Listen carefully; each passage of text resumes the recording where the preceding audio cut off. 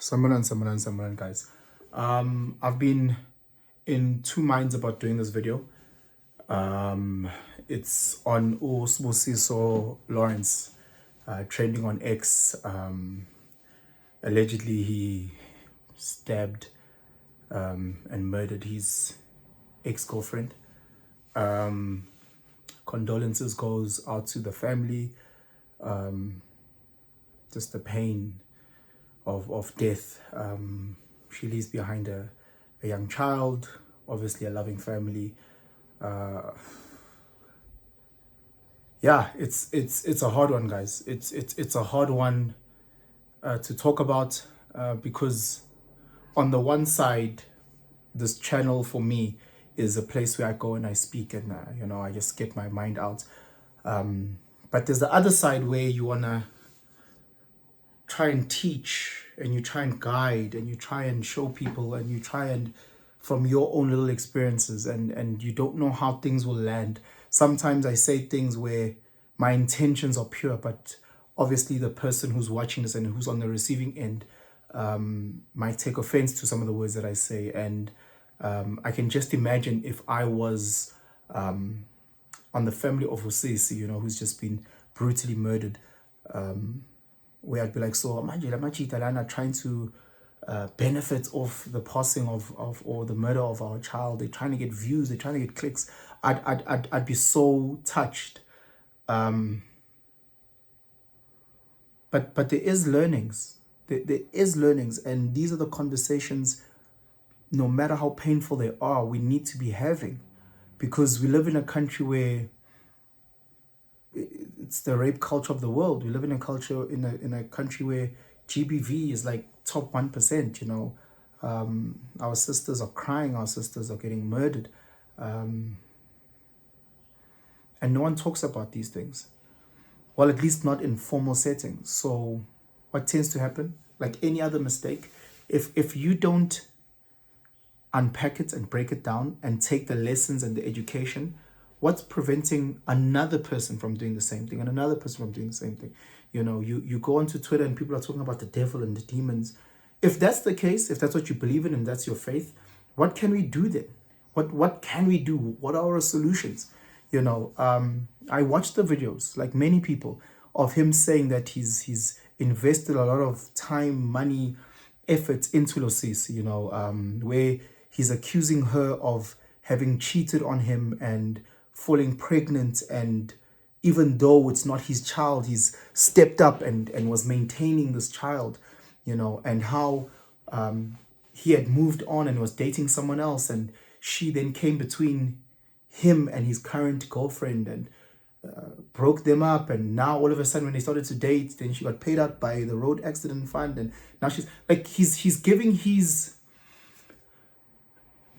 backstory, if I can call it that, but it's still dark and it's still evil and it's still painful, and for a life, it's, guys.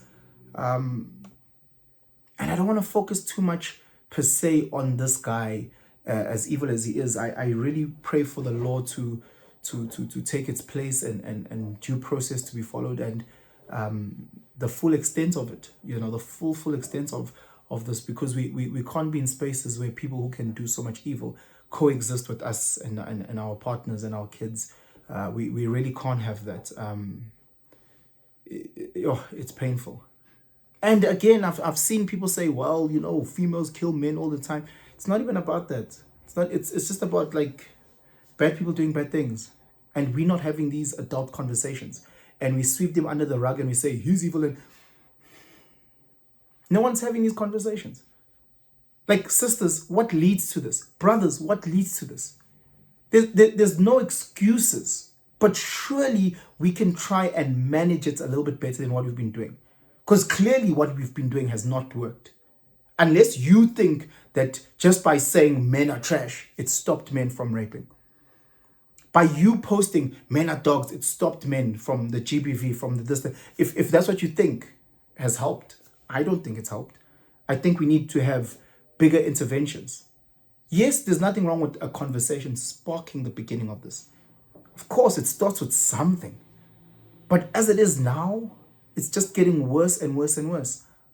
And the sad reality is that when I see the sisters, they're going to be like, that guy's trash, and they're going to find similar characteristics in their men and go out with them, and then something similar happens. Yo, guys, like infidelity in the black culture is rife, and we see men and women alike break from it, and they never recover, and then they do dark things like this. They do the darkest things like this. We see a society where men are expected to be ATMs and pay for this and pay for that, breaking other men, and then them acting out in stupid ways. We live in a society where women have just been limited to tits and ass, and if they don't have that to offer, then what else can they offer? We live in a broken system that no one is ready to talk about in depth. It like and say, okay, sharp, where did we fuck it up? And where can we then start fixing and then having interventions? Do we go back to school? Primary and sit down with little boys and little girls and say, listen, little boy, this is how you treat a little girl. Hey, little girl, this is how you treat a little boy. Do we then take that continuation of those workshops and take them into high school and say, listen, grade 8 girl, don't look at grade 9, 10, 11, 12, focus on grade 8 boys. Hey, grade 8 boys, this is how you manage and treat our little princesses, like this. And then that continuation in university and saying, hey, sis, if you're a first year and you're dating a guy who works with 25, you're gonna get arrested. Machita, who's 30, if we see you park your car outside that university, uzobosh. What do we do? I'm not saying I've got the answers. I don't. Clearly, I don't. But I'm saying we can't be waking up to news every single day of another guy killing another woman. We can't. And guys saying things like, well, keep him aliam. And then people are like, so much. If you're watching this and you've heard many men say, using shit excuses, crap excuses like keep him aliam, stop expecting money from men. Because then we don't know what devil lies within his spirit.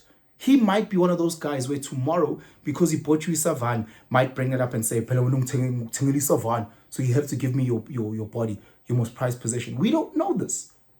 So we need to also manage ourselves. Guys, crime in this country is...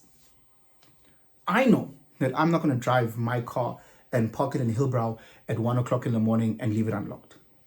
I know, Wuti, I'm not going to associate with myself with certain people that I deem red flags. I know. Do you guys know? Or do you think you can change this red flag? We live in a broken system, yet we do little to nothing to change it. All we do is that we point and we blame. But no one's coming with real solutions. I'm not saying I'm coming with solutions. I'm saying let's start these conversations so that the smart people amongst us can actually come with solutions. We don't believe in the prison system. We don't. We talk about it all the time. We say our politicians are corrupt. We say our police are corrupt. Okay, sharp. So what do we do? Do we have like mob justice and then we go and we attack these guys? Do we even hear? Do we even care to listen to their side? Does their side even warrant a listen to? Are sisters part of the problem, or are we not allowed to say sisters are part of the problem at all? Do we just ignore them and say, oh, these are victims all the time? What do we do, guys? I don't have the answers. But we cannot be waking up to these newses or this news. We can't. It's because there's that's been a loss of life. Who's left behind a child and a family that loves her? Are we even allowed to talk about these things? Or do we get cancelled? Do we call these type of things? Oh, when you are a banbani apologist. I'm not. At all. At all. I've got a little sister. A little sister who likes enjoying herself like most 20-year-olds or mid-20s. I know. And I fear that some of these monsters could also do these things. I do fear. I'm a man who also has demons within them, I also possess the traits of doing other dark and disgusting things like other men. I'm not special. I'm not this mfundisi. I'm not. But what are we doing so that we don't snap as a machita and do the most toxic things to our sisters? Sisters, what are you doing so that you can prevent gents from snapping? I'm not blaming one over the other. I'm not blaming one over the other. Let me tell you a very disgusting stat, and you guys might get annoyed and just be pissed off by hearing it. They say in a house, if you look at the positioning of a house, this was a question they were saying, where is the highest probability of gender-based violence within a house? And everybody was like, oh, it's in the bedroom, it's in the bedroom. And statistically, the highest point of GBV in a house is in the passageway or at the door on point of exit. What does that tell us? It tells us that the person, the disgusting villain who's there to hurt, was trying to leave. They were trying to go to out via the passage, or they were in the front door, and maybe the person on the other side closed the door and said, you're not leaving. Don't be a coward. You're not leaving. Where are you going? In those cases. But we're not willing to have those conversations. We're not willing to have those conversations where people are expected, men, to pay for this and pay for that. And she's coming there with a child and you must be the guy that stepped up. We're not willing to have those conversations. I'm not justifying dark, evil behavior. I'm saying, how can we get to certain solutions? I'm not exempting any dark human being, man or woman. I'm not. I'm saying, how can we have these conversations? Are we even willing to? Or is it just a case of pointing until tomorrow's new trending topic, and then we forget about this and we go to the same clubs and we chill with the same dodgy guys and we say, I only drink Verve, I only drink Moët, and we leave with a stranger that we only met 2 hours ago, and then we wake up tomorrow morning, now we're having to go to a clinic for that to open, to check for a rape and what. Is that what we're going to continually doing? And then praying that men change? Oh, let's turn up the law so that whenever there's a guy who rapes, he gets killed. Okay, sharp. Our sisters, they have zero accountability and responsibility. We agree that men are trash. We agree that men are dogs. We agree that men do all these disgusting things. Our sisters to blame? Zero? Nothing? Zip?